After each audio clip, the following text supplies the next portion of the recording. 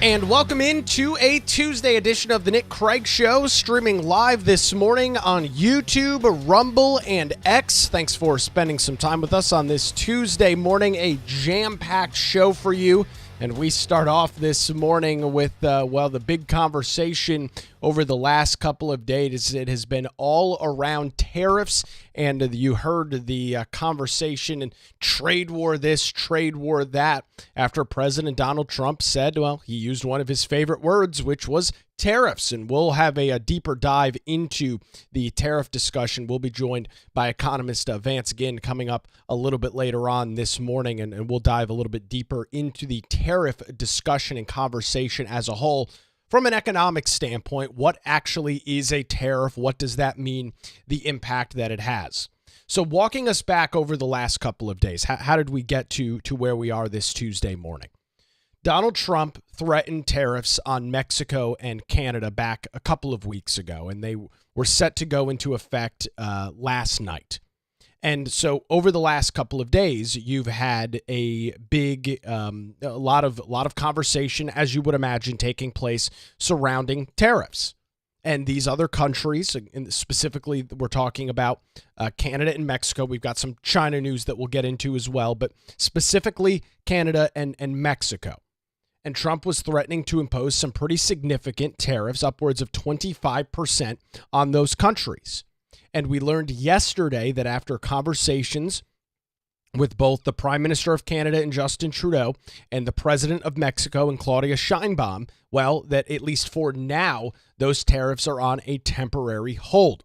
We'll start in Mexico this morning because that was the first country to cave, to fall to some of the demands from President Trump. We'll start there, where Mexico is immediately deploying thousands of troops to the U.S. southern border in response to those threatening tariffs.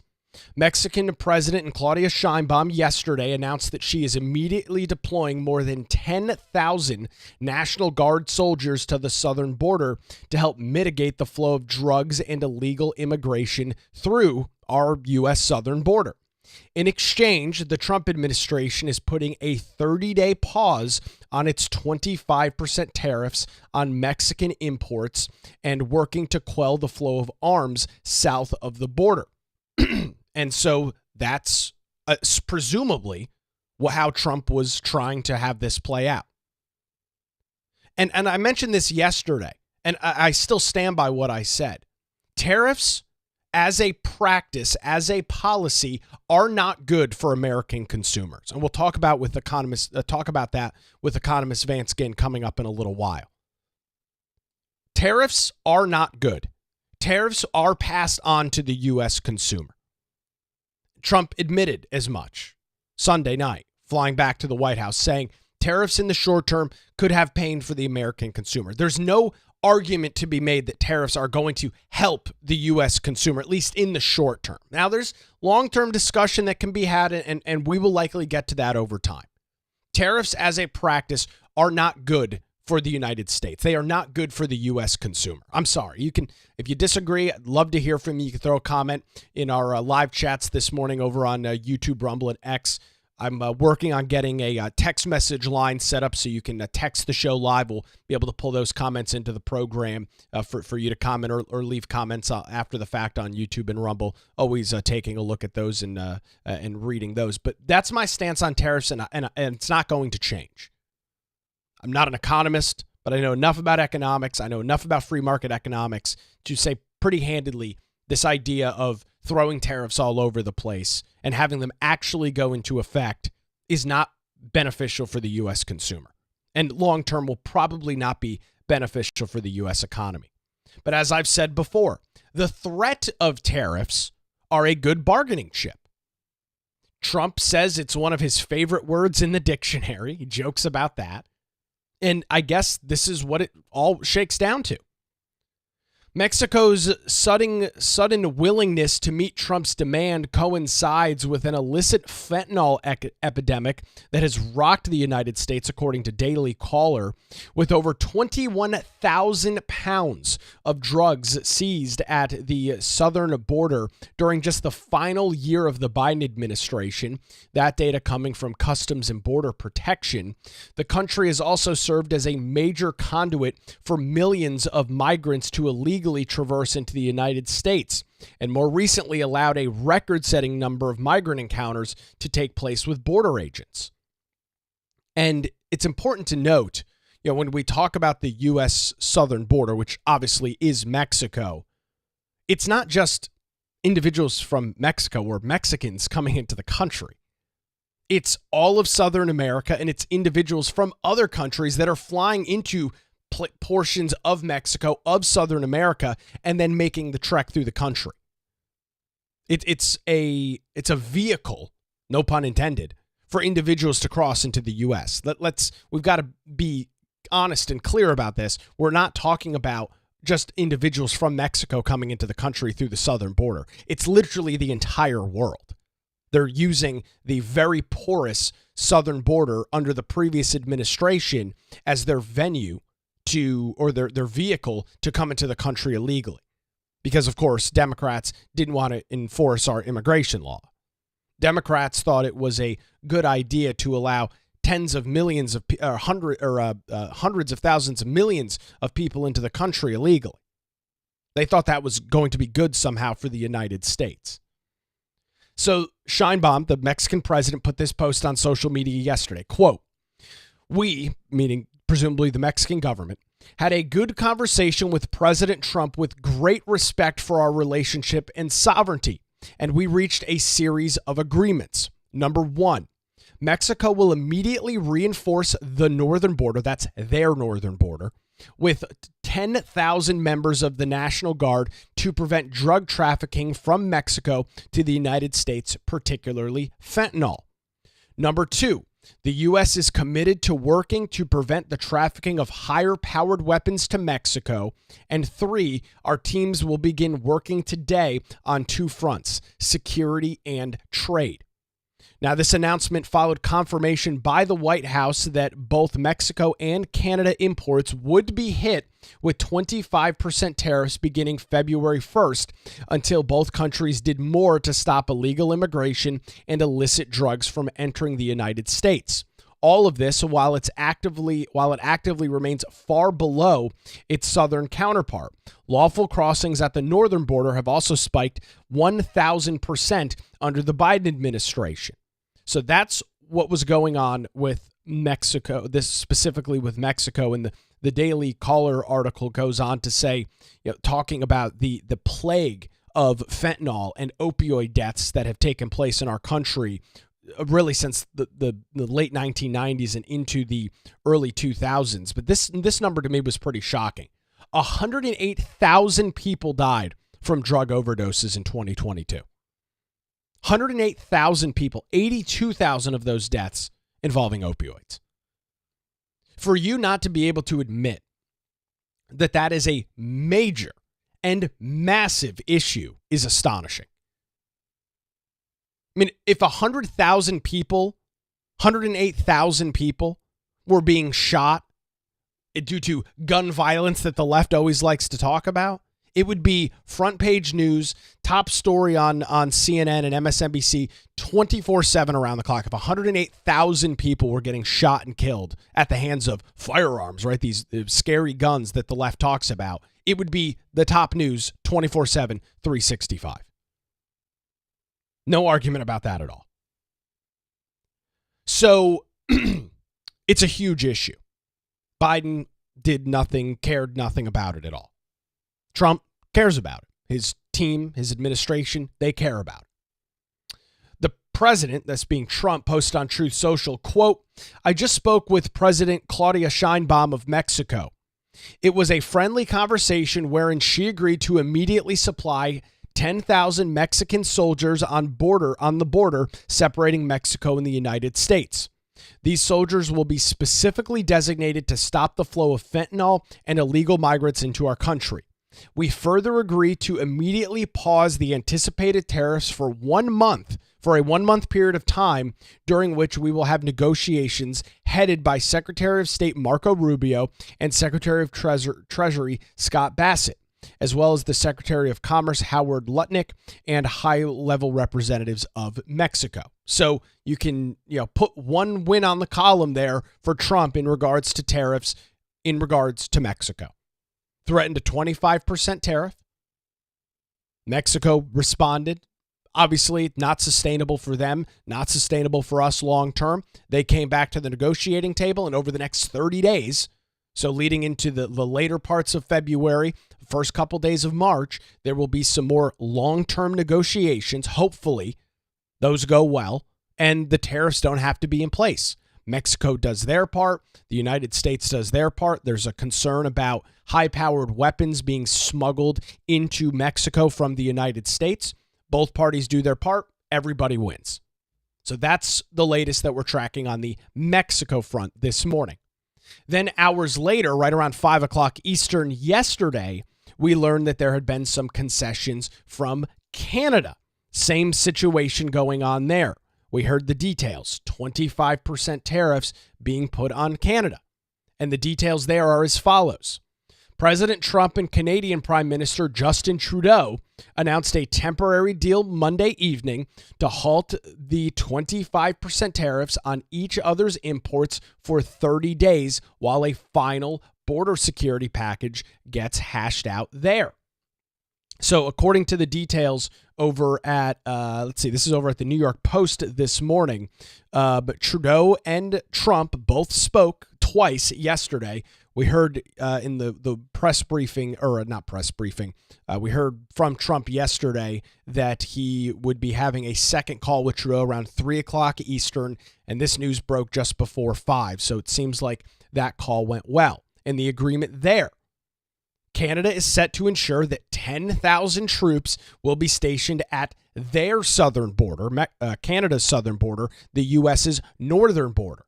And the Prime Minister and Justin Trudeau vowed to take steps to crack down on fentanyl smuggling through the Mexico border.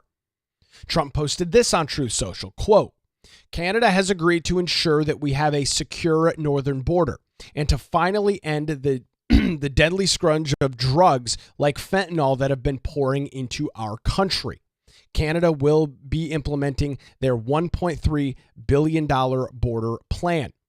As president, it is my responsibility to ensure the safety of all Americans, and I'm doing just that, the president added. I am very pleased with the initial outcome.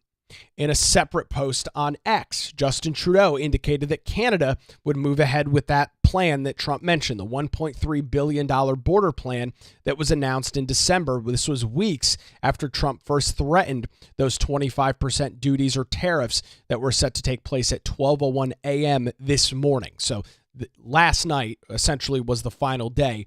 Midnight this morning was when those were supposed to take place. And interesting to note, I'm glad the New York Post points this out in their article, Canadian energy products would have only had a 10% tariff rate because a 25% tariff on Canadian energy products would have caused gas prices to absolutely skyrocket in the Midwest, which predominantly that's where they get their oil and gas from. So that is great news on the Canadian side. That initiative, Trudeau says, meaning the border plan, includes reinforcing the border with new choppers, technology, and personnel, enhancing coordination with our American partners, and increased resources to stop the flow of fentanyl. Nearly 10,000 frontline personnel are and will be working on protecting the border. He continued by saying, in addition, Canada is making new commitments to appoint a fentanyl czar.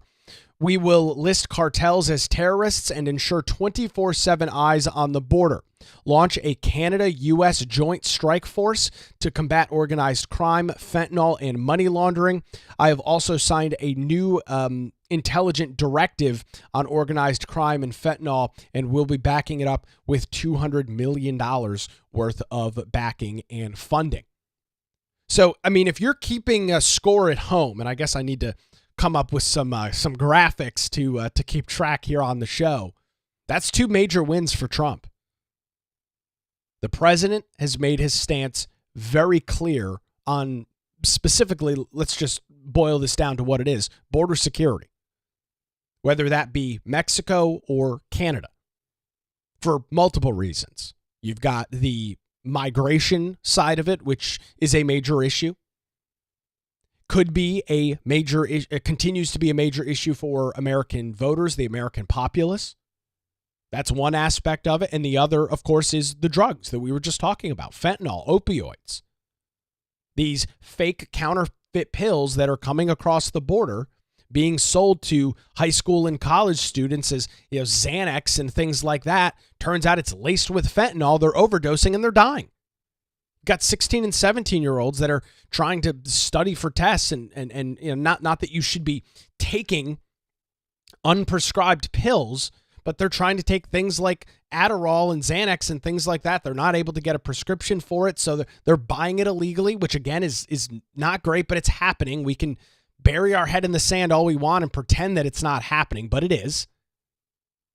That it's happening, and they're dying, they're overdosing on fentanyl. It's a major, major issue. And so Trump is laser focused on border security. Trump is laser focused on dealing with drugs and the flow of migration through the northern and southern borders here in America. And if you're keeping track of the score at home, that's two major wins for Trump. Now, these are short term. Both of the tariff levies are blocked for 30 days, both Canada and Mexico. So between Secretary of State Rubio and other folks within the administration, they're going to have to come to a more long-term, legitimate deal over the next month. Presumably, the fact that both places were willing to cave as quickly as they were to the tariffs, I think it's safe to say that the United States is probably to get what they want. But it's a negotiation. And we're not, it's not immediately clear this morning how some of this stuff will play out long term. So, two major wins for Trump and two major wins for the American economy. Because again, as I noted, and we'll talk about coming up a little bit later on, these tariffs would have been incredibly detrimental to the U.S. economy. Now, Trump disagrees with that. He even said, quote, yesterday, tariffs are very powerful, both economically and in getting everything else that you want. So that's where he stands on that. But I want to pivot a little bit before we get into some more discussion on tariffs, specifically coming from China, because there's some news on that I need to bring to you this morning as well. I want to talk about the Democrats and their concern about the economy. I spent a lot of time yesterday, busy news day, watching and reading a lot of the news specifically surrounding tariffs. That was the word of the day yesterday. And as I was watching CNN and MSNBC, which I like to do, I like to see what the other side is saying. I like to see the narrative that is being spun. I was kind of taken aback by the conversation that they were having about the U.S. economy. I kept hearing economist after economist. I kept hearing liberal pundit after pundit and Democrat operative this and Democrat lawmaker that, over and over again talking about the prices for American consumers. You saw old Chuck Schumer's stint with his Corona beer and his avocado talking about how your Corona and your guacamole are going to be so much more expensive as these tariffs go forward. And I thought to myself this: since when the hell do Democrats care about pricing for the American consumer? And I mean it. Since when do Democrats care about prices that affect the American consumer? Democrats buried their head in the sand under the previous administration and ignored inflation. They completely ignored rising prices for American consumers because it was detrimental to their political ideology. It was detrimental to their tax and spend policies that got the U.S. in the position that it's in. There was no outrage from Chuck Schumer. There was no outrage from Democrats when prices were skyrocketing under Joe Biden. There was no outrage. They didn't care because they wanted things like the Green New Deal. They want to take U.S. energy and make it wind and solar at any cost. They want hundreds of millions of dollars for their pet projects all throughout the United States. And how do they get all of that money? Well, they spend more than they take in. They continue to raise the deficit.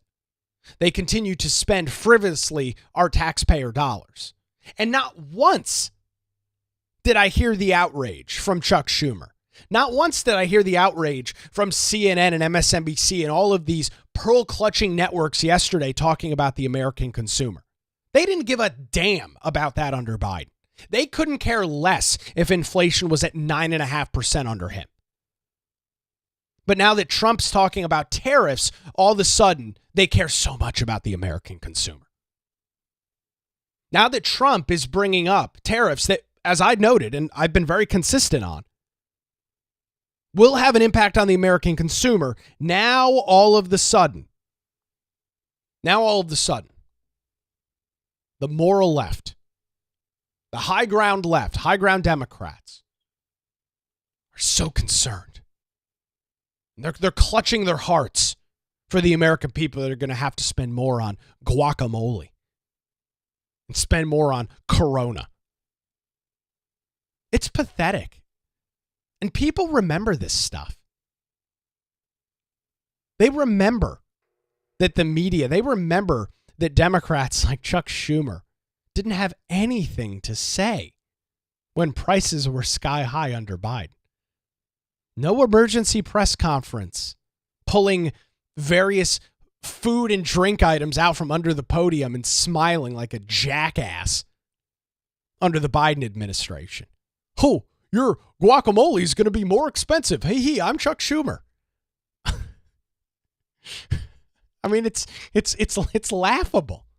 Since when have these people cared about pricing? Since when have these people cared about the American middle class? They haven't.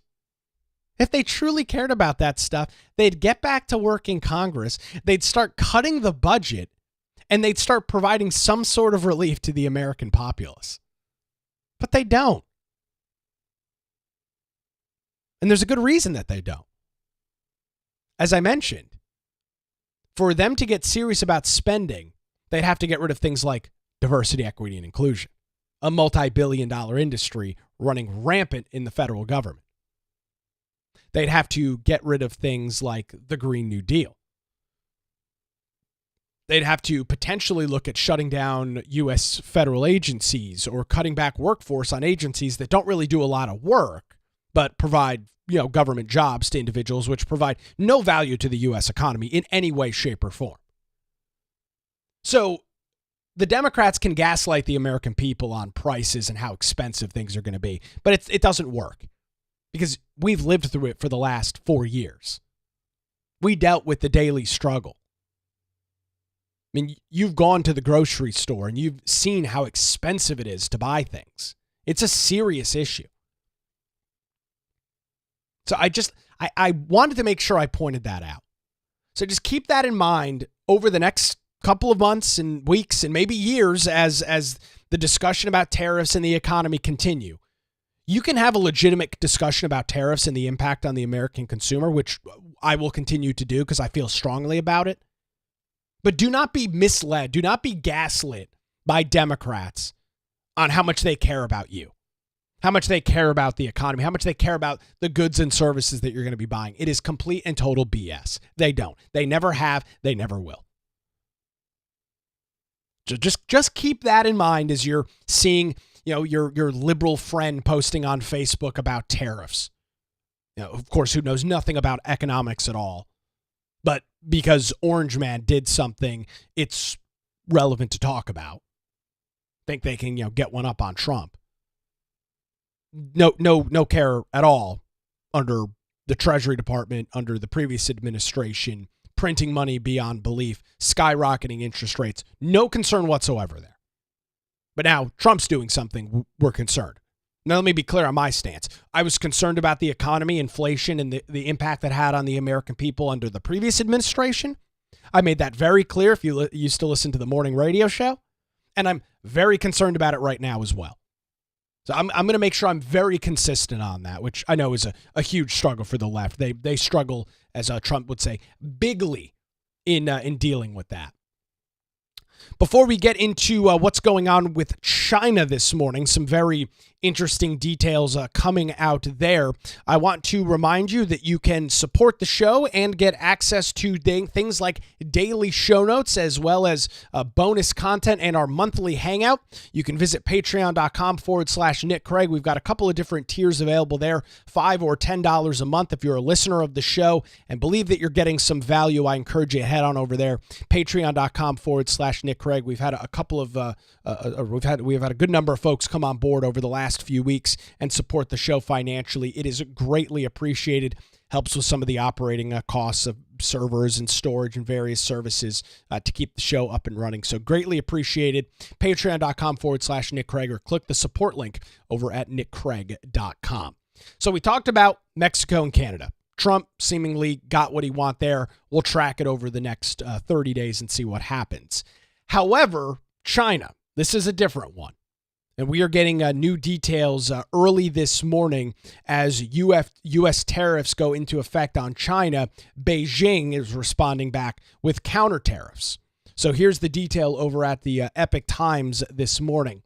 The 10% tariffs ordered by President Trump on all goods imported from China did go into effect at 12:01 a.m. this Tuesday morning, with Beijing responding with counter tariffs the same day. The new levies on China are in addition to those imposed by Trump during his first administration, which range from 10 to 25% for various goods. China's Ministry of Commerce announced yesterday that it was implementing, or today rather, that it was implementing counter tariffs on multiple U.S. products while announcing other trade-related measures, including an investigation into Google. The communist regime said that it would implement a 15% tariff on coal and liquefied natural gas, or LNG, products, as well as a 10% tariff on crude oil, agricultural machinery, and large displacement cars. So China, unlike Canada and Mexico, is not coming to the bargaining table with Trump. They've said, okay, we see your tariff. We raise you, or we call your bluff. We're also going to put tariffs on the board, and that's exactly what they're doing.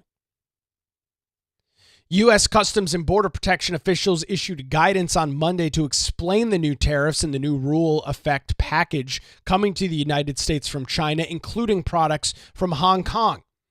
Exemptions previously allowed for low-value items below $800 under the so-called de minimis rules are no longer permitted, and that's really how that allowed this to be easily dealt with in the past. Right? When you go on Amazon and buy some cheap product from China, which I'll admit I do just like everybody else, or you go to Walmart or Target and buy some cheap crap there because it's cheap and that's what we do, that stuff was not under these previous tariffs because it was under this $800 limit. The taxes do not apply to items intended for donation to relieve human suffering or certain media products, including films, publications, or other informational material. However, all other products, including electronics, consumer goods, automotive, health and medicine, food and ag, energy, and automotive, are among the other industries and manufactured items are going to be subject to those fees. Trump signed an executive order on Saturday imposing the tariffs on China as a response to the manufacturing and the distribution of chemicals that criminal networks can turn into fentanyl. We're all very well aware of that. And with that, the Trump administration says, quote, the Chinese Communist Party, which exerts ultimate control over the government and the enterprises of the People Republic of China, have subsidized and otherwise incentivized Chinese chemical companies to export fentanyl and related precursor chemicals that are used to produce synthetic opioids sold illicitly in the United States. That is true. That is happening. That is nothing new. A lot of these drugs that are making their way across the southern border are being, at least the precursors to it, some of the chemicals that allow it to be pressed and turned into pill form, are being made in portions of China. And Trump has accused the communist regime of providing support and, quote, a safe haven for criminal networks known to launder profits for the sale of those fentanyl products. Now, this will have an impact on the U.S. economy. This will have an impact on everyday goods and services, or everyday goods that you buy.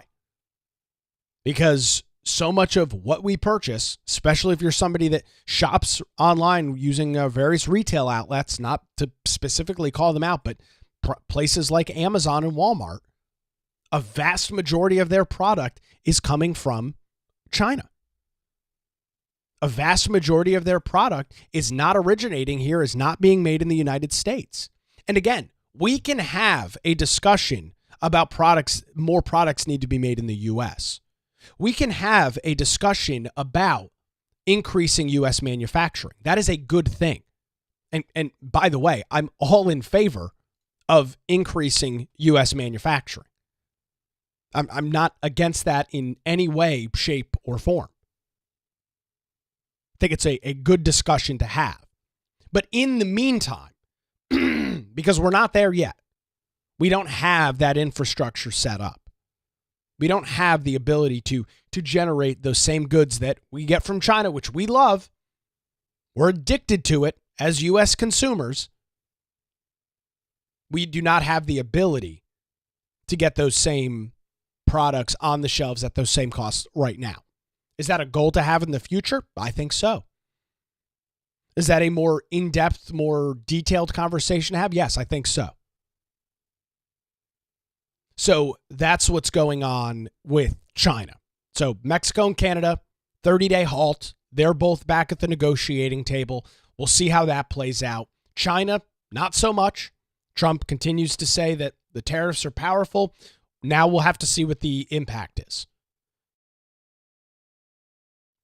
We'll have to see what kind of impact that has on the U.S. consumer. And we'll keep a very close eye on that. We'll be joined coming up here in just a couple of minutes by a PhD economist, Vance Ginn. We'll talk about tariffs, a more broad conversation about tariffs as a whole and the impact that could have. Now, before we get into that, I want to tell you about a new group that we've got on board this morning. As I go through the day and get ready for the show, well, it is pretty hard to try and get all of the information in one place. And it's difficult to stay up to date with all of the news that goes on, and it's really impossible to consult a single source for the full story. That's why I use Ground News. Ground News is an app and website that combines news from around the world in one place so that you can compare coverage. For every news source, you can see if they have a political bias and how reliable their reporting is. You can also see who owns them. They've got a really cool feature called Blind Spot as well that shows news disproportionately covered by one side of the political spectrum or the other. Really neat feature there. You can get news from thousands of sources worldwide in one place and verify your information and know where your news is coming from. I use Ground.News every single day to prep for the show, and if you subscribe through my link right now, you'll get 40% off their Vantage subscription. It's the one that I use, and it gives you unlimited access to every feature. Visit nickcraig.com/ground. That's nickcraig.com/ground to learn more and save 40%. Your subscription not only helps the show, but it also supports ground news as they make the media landscape more transparent. Again, for your 40% off, visit nickcraig.com/ground. We appreciate Ground News and their support here of the Nick Craig Show. We will grab a quick break. On the other side, we'll catch up with economist Vance Ginn. We'll talk about tariffs. Plus, we'll also, after that, we'll get into USAID, a very interesting conversation. You're listening to the Nick Craig Show live this morning on YouTube, Rumble, and X.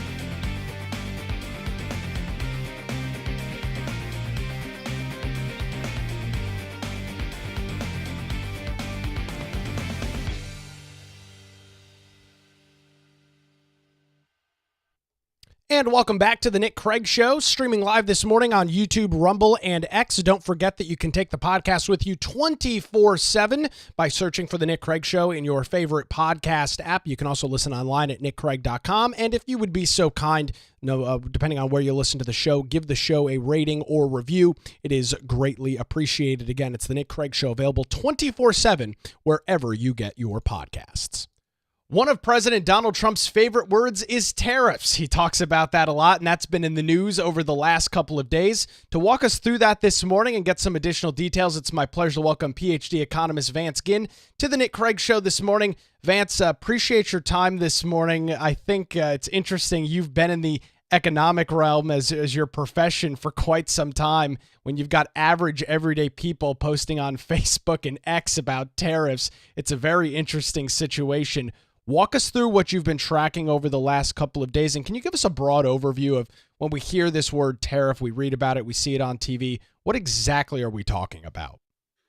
Yeah, Nick, it's a pleasure to be with you. And you're exactly right. I didn't think we'd see tariffs in our social media scroll every day, it seems like, these days. But it's been that way for a while now. You know, President Trump talked about this in the 2016 election, 2017, 2018. There started a lot of the tariff discussion. And so what is a tariff? A tariff is nothing more than a tax. It's a tax that we pay as American consumers when we import something, when we purchase something from Japan, from Mexico, from China, from Canada. There's been a lot of discussion about those countries here recently, but that's really what it is a tax. And we're hearing more about it because President Trump is trying to use it as an economic tool, maybe to get countries' leadership to get to the table to have a discussion about other types of issues. Right now, the talk is about fentanyl illegal immigration coming from Mexico. And so there's a lot of these things that are going on, Nick, but I think it is important to understand that this is a tax on Americans. Now, it's a matter of whether or not that tax, the cost of that tax, which nothing is free, so this does have a cost, if that cost is greater than any benefit that may come from it. And that's where I think we're starting to see, some of the disagreements that are out there over tariffs. It's interesting what we continually hear from the president, especially with the countries like Canada and Mexico, which are in the news over the last couple of days. Vance, they are taking advantage, and for a long time have been taking advantage of the United States. We heard from the president on Monday, Canada's not buying our cars. They don't allow our banks to operate in the country. How does that equate? Exactly explain how the tariffs kind of make up for what he's claiming, which is this imbalance, I guess, from what he's saying in regards to trade. Yeah, there's what's called the current account balance. So in trade lingo for economists, that's your exports minus imports. And so if you're exporting more, what we produce here, exporting it to other countries, that's our exports. Imports are what we purchase from other countries. Well, when your imports exceed your exports, like they do for many countries, not all countries with the United States, but for many countries, especially like Canada and Mexico, where you have a trade deficit, meaning you import more than you export, there could be a concern about that. Are we losing out to these other countries in some capacity? Are they taking our jobs? And or can't they not have their bank accounts or other things over in another country? But the other part of this, though, is there's what's called a current a capital account. So there's a current account for trade of goods and services, and there's a capital account for trade of financial instruments. And so that's like buying stocks and bonds. That's like housing and other things. So whenever you have a trade deficit, when you import more than you export, then that equals your capital account surplus, meaning that we have more money coming in, sending those dollars back to the United States that we were importing. And so that's where this disagreement really gets into it is, should we have trade deficits with other countries? Is that somehow harming the American economy? And what happens to all the capital account, the dollars that are flowing back in? Do we like that money coming back in? And so this really brings up the different views again, Nick. And I think it's really important to understand what all is being discussed here. So I'm glad we're talking about this. Vance, you mentioned earlier the disagreement that's been brewing, and we've really seen that over the last 4 or 5 days, especially on social media. Full disclosure, Vance, you've talked about this before. You did work in the first Trump administration in OMB. You've probably seen a lot more of this disagreement on social media. You follow these circles probably a lot closer than your average consumer, your average American of news. Tell us what the disagreements are and what these two camps are right now as you're seeing it unfold. Yeah, Nick, I was there as chief economist for the Office of Management and Budget in the first Trump administration. And so I saw and I was part of a lot of the disagreements that were there. I happen to be more of a free trade guy. I don't think that tariffs are a good tool to use to bring other countries, their leadership, their politicians to the negotiating table, because really what that is, like I said earlier, is a tax on Americans. So basically you're saying that you want to raise taxes on Americans in order to get some sort of a deal done. I also have disagreements with a lot of folks who will say, well, we need to be exporting more than we import. And they'll put more emphasis on how that is somehow hurting the American economy when you import more than you export. But I would always suggest, like I was saying earlier, is that also means we have a foreign flow of funds, capital funds, to the United States, which allows us to grow, to invest in our businesses and everything else. And we produce a lot here in America, but we also have a lot of consumption. And so that consumption is where we consume from other countries. And so I think this is all part of a growing economy. I don't like the idea of saying that our imports exceed our exports and therefore we have a trade deficit and that's a slower economic growth. I like to look at trade volume. Well, we're importing and exporting should be a big part of this. And so I think that there's a lot of disagreements on not only trade deficits versus surplus, but also the extent to what you can go after someone with tariffs and think that that's going to bring them to the table and get what you want. And the last thing I'll say on this, and we can go through this more, but if you look after 2017 with the Trump tariffs that were put in place with China, we continued to have a pretty sizable trade deficit with China, even with those higher tariffs. And China didn't change their trade practices, which is ultimately what we had hoped would happen. And so my guess is that a lot of these other things will not change because of tariffs. It'll be other types of policies that they put in place. It appears obvious, and you've alluded to it, that the president is attempting, and he's pretty much said as much, that he's levying or threatening to levy these tariffs to get some sort of concessions and get people to the table. And Vance, Art of the Deal, that's his book. That's kind of the way in which he operates, and he's been, to his credit, very successful at that. But there will come a point in which countries call his bluff and say, okay, put those tariffs in place. And from what I'm hearing you describe and looking at various bits of information over the last few days, that will have, in fact, a sizable impact on the American consumer, which I'll note was one of the main reasons that they elected Donald Trump. If you looked at all sorts of political polling from major universities to major news outlets during the 2024 election cycle, the economy / inflation / jobs was almost always the top issue. Trump promised to reduce those prices to voters. Doesn't seem like you can necessarily do that if you're talking about 20, 30, 40% tariffs on countries all over the place. Yeah, I mean, it's a great point. The affordability crisis across the country, whenever Biden's excessive government spending and the Fed's printing of money, as we've also talked a lot about, led to inflation of 9%. It's still running pretty hot, about 3%. So anything that increases the cost of production, which about 50% of our imports is actually going into intermediate goods, meaning businesses are getting it and then using it in their other goods and services that they're producing, or especially their goods. And what that does is it raises the price for everything else, especially on the prices that have the tariffs on them. And so I just don't see this as a good outcome, a good way to go about it. What I do think, though, is important is to have a range of possibilities for what Trump could use. And I think he used that well within Colombia. Colombia didn't want to take these two jetliners, I guess, that had illegal immigrants sending back to Colombia. Trump said, "Hey, I'm gonna put in a tariff and then a list of 9 other things. There were visa restrictions. There were all these other restrictions in place. I don't think you can come in and isolate and say, well, this was because of the tariff. I think it was a combination of all the other things and the fact that Trump, I mean, he talks a good game, as you talked about the art of the deal. He knows his stuff. He's a smooth politician and businessman who can talk to folks. What I would rather see him do is to try to talk to these folks instead of putting taxes on Americans, which is what a tariff does. And I think we get a lot better outcomes like we saw during the first administration." We're joined this morning by economist Vance Ginn here on the Nick Craig Show. Vance, a lot of conversation on social media. Well, that's fine if there's tariffs on Canada and Mexico. Vance, you can just buy American. Is that a legitimate response to some of the criticism that's being levied? Just buy it in America, Vance, if you don't like the tariffs on Canada, Mexico, China, wherever it may be. It would be great if that was the case, but for better or worse, we do purchase a lot of things from other countries. Avocados are a lot from Mexico. We also have a lot of auto parts.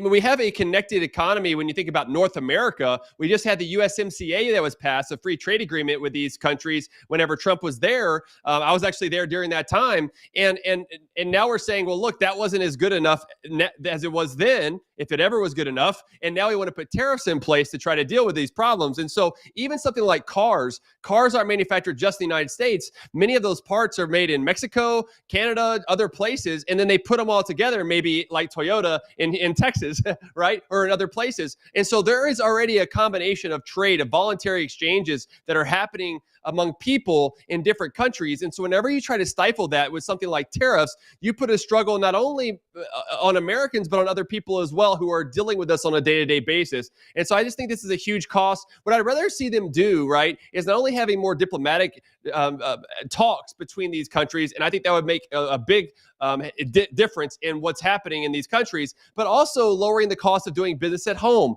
lowering the corporate income tax rate, deregulation that the president has already mentioned, extending the Trump tax cuts. These are the sort of things that will reduce the cost of business here in America, allow us to be more competitive, and I hope that we can actually even have better free trade agreements that maybe he'll want to do with Mexico and Canada, because there were some limitations in the USMCA that could be improved. And, you know, the president has mentioned that there might be some short-term pains. And I guess the question, Vance, is you track the U.S. consumer very closely. Can they literally sustain some of these short-term pains that the president has admitted are a real possibility if some of these tariffs are to go into effect? A lot of things still up in the air as of this morning. Can the American consumer deal with that after they've just been beaten down for the last 4 years under the Biden administration? I mean, it's going to be rough. I mean, whenever you think about certain areas, whether it's cars, avocados, and food, and other things that come from these countries like Mexico and Canada, you're going to see those prices go up first because they're the ones that have the tariffs on them. But it will cycle through a lot of the other prices throughout our economy at a time when, they've been hit hard by Bidenomics, from the failed Bidenomics over the last 4 years of that progressive, high spend, high tax, high regulatory situation. We need to be rolling things back in order to allow for things to be affordable again. Make America affordable again would be a great thing here. And unfortunately, the tariffs put things in the wrong direction. And so even if we were, look, this would be one thing, Nick, if we were able to have some short-term costs with tariffs and then longer term gains, that might be one thing that maybe there's a good reasoning for it. But I don't find that there is a long-term gain from them. I feel like it's an all cost, because even with China, that we had massive tariffs on them in the first administration, we saw no changes in those economic situations. No manufacturing jobs were coming back home and things of that nature. Now, you could blame COVID and Biden and other things, but I just don't think that raising taxes is a good tool to help Americans when it's hurting them in the process. Vance, you are going to continue to track this very closely, not only here in the short term, but in the long term, as this conversation's likely not to go anywhere over the next couple of years. Tell folks about the various products and things that you have. You've got podcasts, you've got your social media outlet, you're writing all over the place. Tell folks how they can stay in tune with you. Yeah, so you can check me out at vanceginn.com. That's the easiest place. But you can also find my newsletter at vanceginn.substack.com. And check out my podcast, Let People Prosper Show, and all the major outlets that are out there for podcasts. And I work with about 20 think tanks across the country, including Americans for Tax Reform, Kansas Policy Institute, and others. They're all doing great work. And what they're really pushing is pro-growth efforts that spend less, tax less, and regulate less. That will let people prosper. Vance, as always, really appreciate the time. Economist Dr. Vance Ginn joins us this morning on the Nick Craig Show. And as I obviously appreciate Vance's time this morning, I greatly appreciate him joining us here, having that in-depth discussion and conversation on those tariffs, which we have been tracking and keeping an eye on all morning.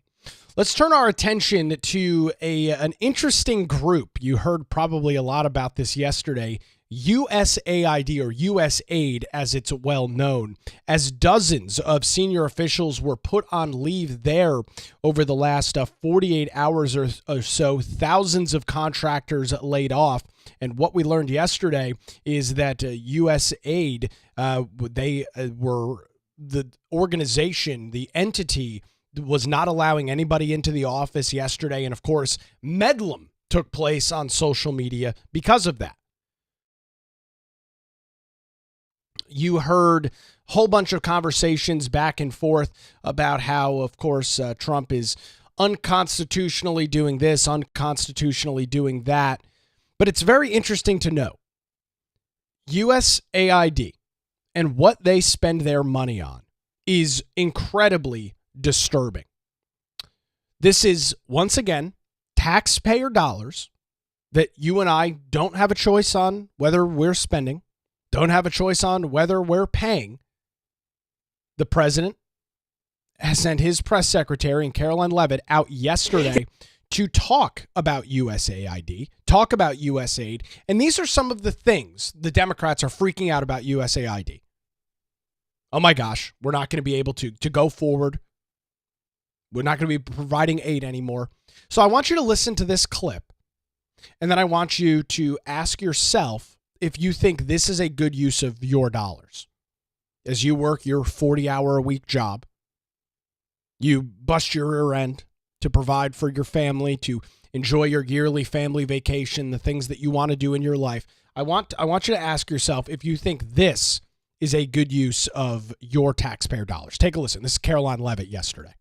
You're watching live coverage. Through USAID over the past several years, these are some of the insane priorities that organization has been spending money on.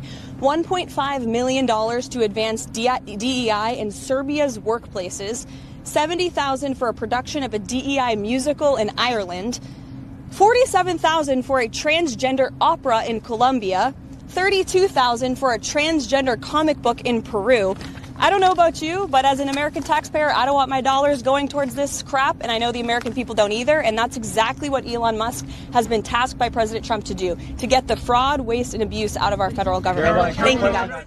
Well, very short and sweet there from the press secretary, doing exactly what she needs to do. You've got these federal agencies, specifically USAID, which stands for the U.S. Agency for International Development, started during the Cold War. And that's what they're spending our taxpayer dollars on. Do you think that is a good use of your money? I am of the mindset, I am of the opinion that that is not the case. I don't believe that it is pertinent for U.S. taxpayers to pay for comic books in Peru that are featuring transgender characters. I'm not even sure how something like that comes to fruition.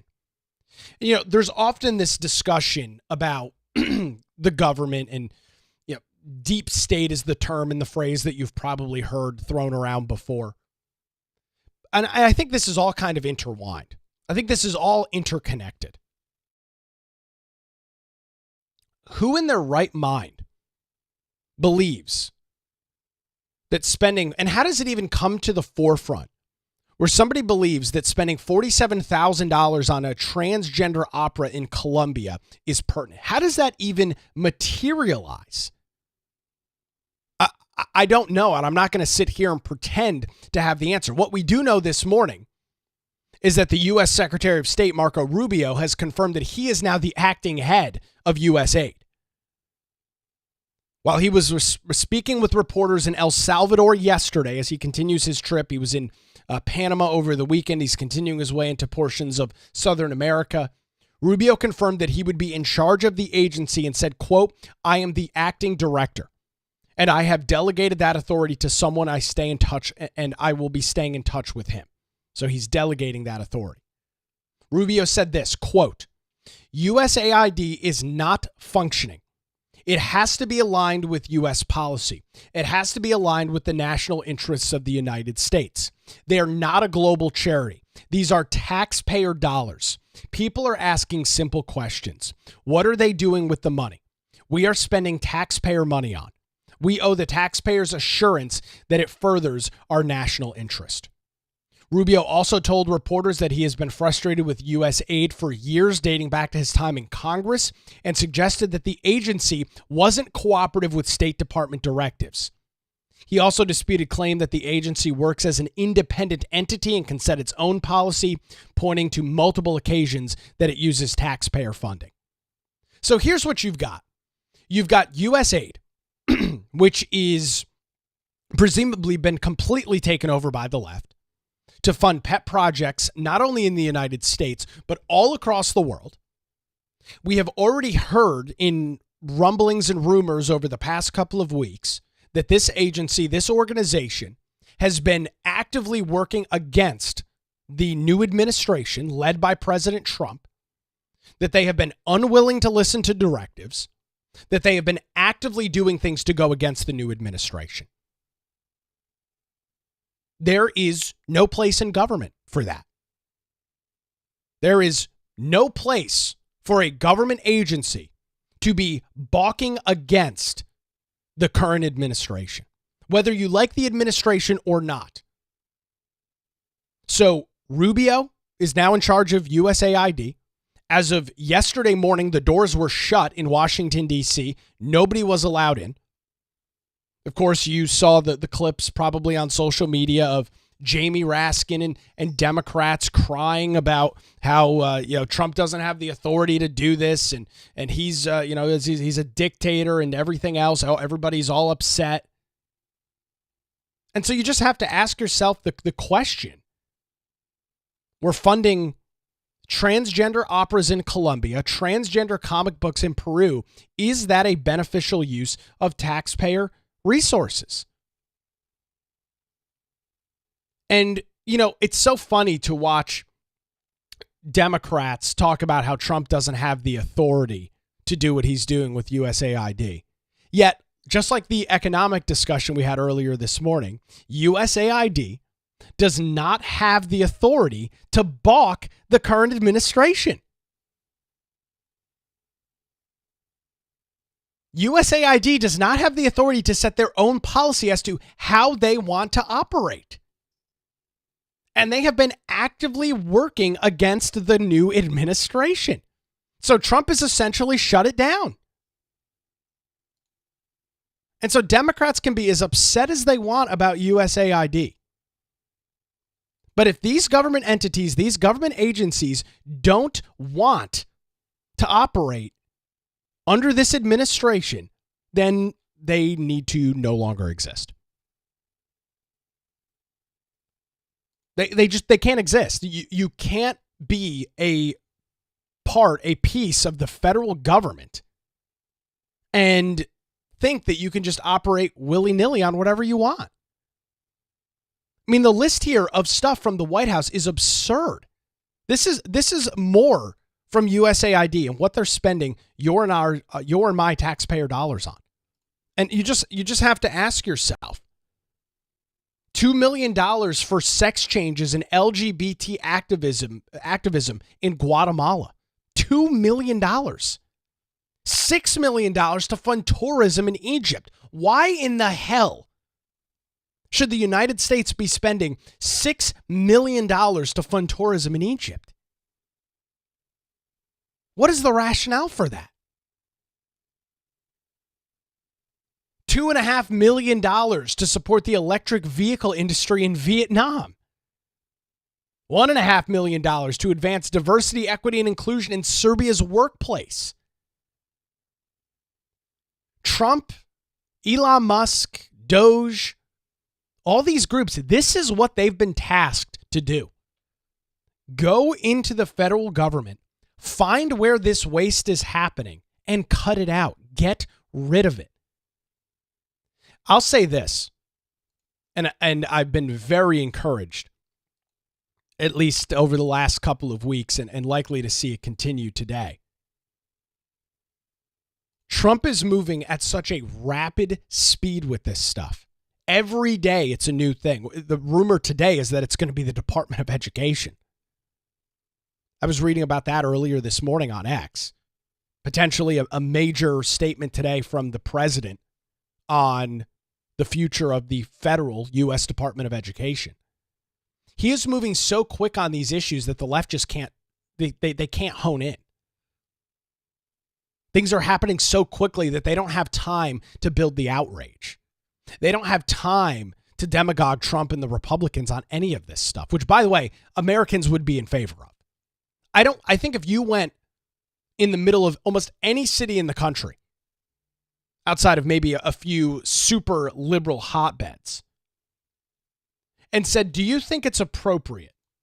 And do you think it's a good use of your taxpayer dollars do you think it's a good use of $2 million worth of your taxpayer monies for sex changes and LGBT activism in Guatemala? I think you would find a strong percentage, maybe upwards of 80 or 90% of people would say, hell no. That's what Elon Musk is doing.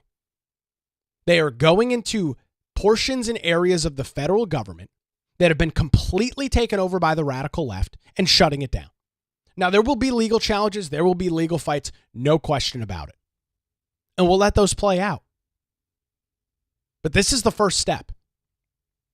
This is how you begin the change that our country desperately, desperately, desperately, desperately needs. We are $36 trillion in debt. And this is the kind of money that we're spending. These are the kind of programs that we're supporting. It's absurd. It's ridiculous. And I'm glad that Elon Musk and the Trump administration, Marco Rubio and everybody else is calling this garbage, calling this nonsense out for what it is. We're done. We won. You guys lost. We're in charge now. We're not apologizing for it. We're not walking on eggshells to placate the Democrats. It's over with. You guys lost. You guys could not convince the American people that your ideas were better. You could not convince the American people that your policies, your platform, whatever you wanted to will into existence was good for the American people. They rejected your worldview. They rejected your policies. They rejected your ambitions. The Republicans cleanly won the presidency. Popular vote, electoral college. Majority in the House, majority in the Senate. You guys lost. We're in charge now. Trump talked about getting the government under control during the campaign. It's not a surprise or secret. I know the left and Democrats are freaking out. Elon Musk is running a shadow government. Trump made it very clear Elon Musk was going to be very in tune and very involved in this administration dealing with waste. He said he was going to do it, and lo and behold, look at what he's done. He's done it. So buckle up. The charade is over with. The control of these government agencies with your nonsense, like transgender comic books in Peru, it's over with. You had a good run, but you were unable to convince the American people that that was the way forward. And so this is the end result. And so now USAID, at least it seems right now, is shut down. We'll see. There'll definitely be some legal challenges and levies against that. And then we'll go on to the next thing, potentially the U.S. Department of Education. We'll be tracking that throughout the day and provide any updates as soon as we get them.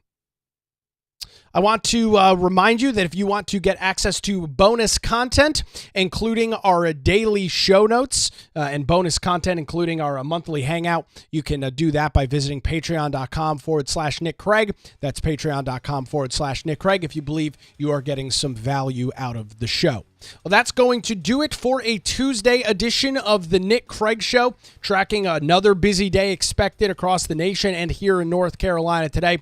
We'll have it for you coming up live tomorrow morning on YouTube, Rumble, and X, and available 24/7 via podcast at nickcraig.com. Thank you so much for joining me. Have a great Tuesday.